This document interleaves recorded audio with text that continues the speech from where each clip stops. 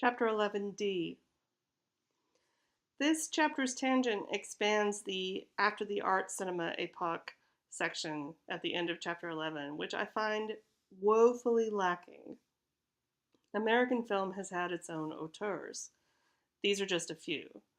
We've already talked about The Graduate, Easy Rider, and The Godfather, but each of those filmmakers made other films worth talking about.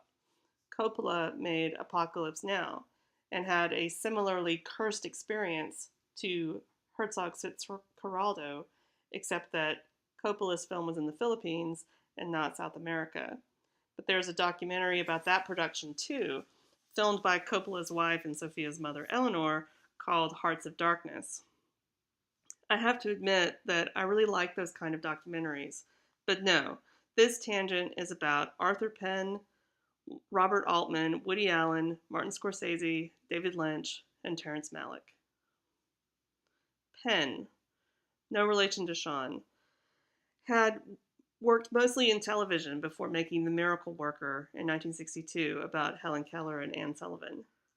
In 1967, he made Bonnie and Clyde with Warren Beatty and Faye Dunaway, which felt like a 60s counterculture film, though it was based on real events and set during the 30s. He was heavily influenced by the French New Wave, especially in his use of jump cuts. Robert Altman also worked with Beatty in McCabe and Mrs. Miller, which the director called an anti-Western film for subverting Western conventions. Altman was especially known for films with large casts of improvised dialogue that frequently overlap, and multiple storylines that intertwine and may or may not resolve. MASH, later adapted into a TV show, was about the Korean conflict, but was a commentary on the war in Vietnam. Nashville was set in the world of country music. In the 1990s, The Player satirized working with Hollywood studios. Cookie's Fortune was filmed in Holly Springs, Mississippi. Altman was very prolific and in multiple genres: Western, musical, war film, comedies, but at the same time, anti-genre, and all slightly subversive. Also prolific and still making films, Woody Allen. He is a controversial figure, to say the least, because of his personal life, but you need to know about his films. Since 1965, with 4 exceptions, he has released a new film every year. Think about that. For longer than I have been alive, every year. The best ones, Annie Hall, Manhattan, Hannah and Her Sisters, Manhattan Murder Mystery, are amazing. The worst ones are beyond painful to watch, but he keeps at it. He started as a stand-up comedian, writing jokes for TV shows. In the 1960s, he started writing plays, then turned to movies. He almost always has the leading role: neurotic New Yorker, Jewish, usually a writer, falling for a beautiful woman who, of course, loves him back. His comedies started to get darker in the late 70s.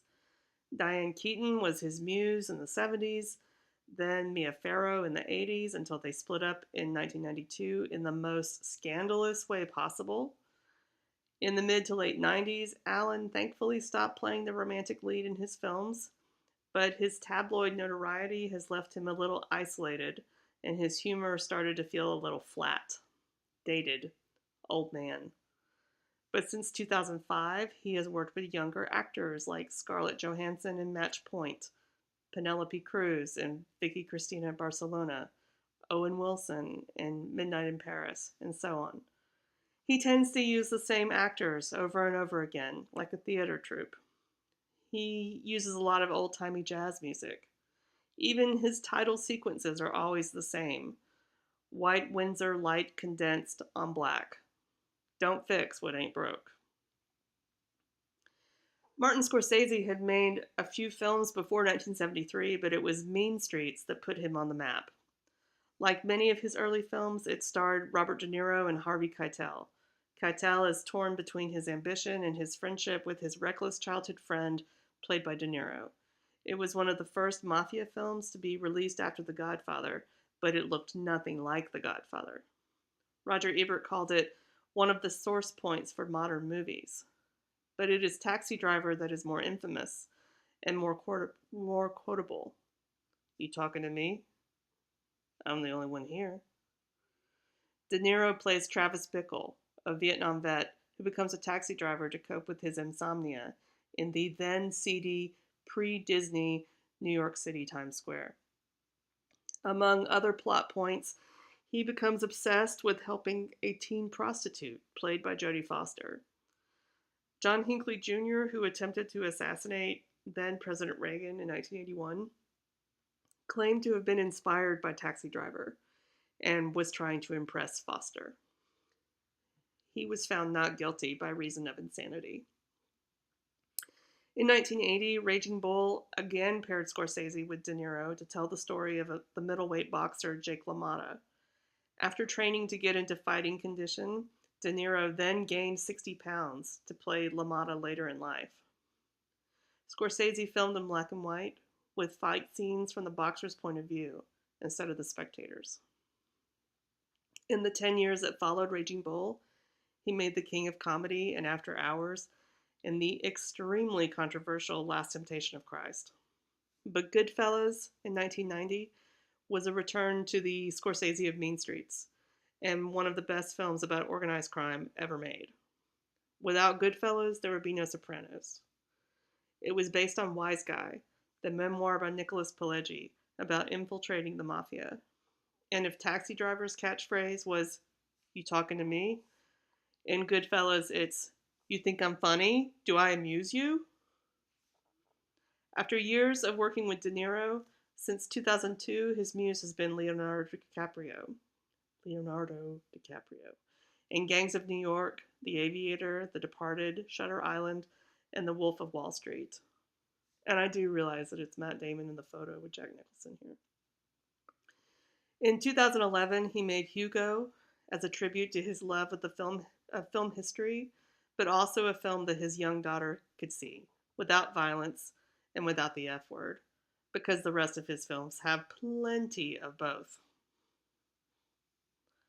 David Lynch, whose films are twisted and surreal and violent, unlike anyone else's. From Eraserhead to Blue Velvet, from Wild at Heart to Mulholland Drive. In the early 90s, he made a short-lived TV series for ABC, Twin Peaks, that was as weird as his films and therefore doomed. It really should have been on HBO. But then he surprised everyone by making The Straight Story, based on a true story about an elderly man who rides his lawnmower from Iowa to Wisconsin because his license is expired and he wants to see his dying brother. No one was expecting something so sweet and, well, normal. Terrence Malick has made 6 films in 40 years, which is more than I've made, but it still seems like not very many. But when he does make one, they are talked about for ages. Badlands, about a young couple in South Dakota on a crime spree. Days of Heaven, set in 1916 about a young couple working for a rich Texas farmer. The Thin Red Line, a fictionalized version of the Battle of Mount Austin in the Pacific Theater of World War II, and The Tree of Life, where a middle-aged man looks back on his Texas childhood and considers the origins of the universe, like you do. My point is this: Terrence Malick does not care about box office returns. He tells the stories he wants to tell, and takes as long as he wants between stories. And that is what an auteur can do.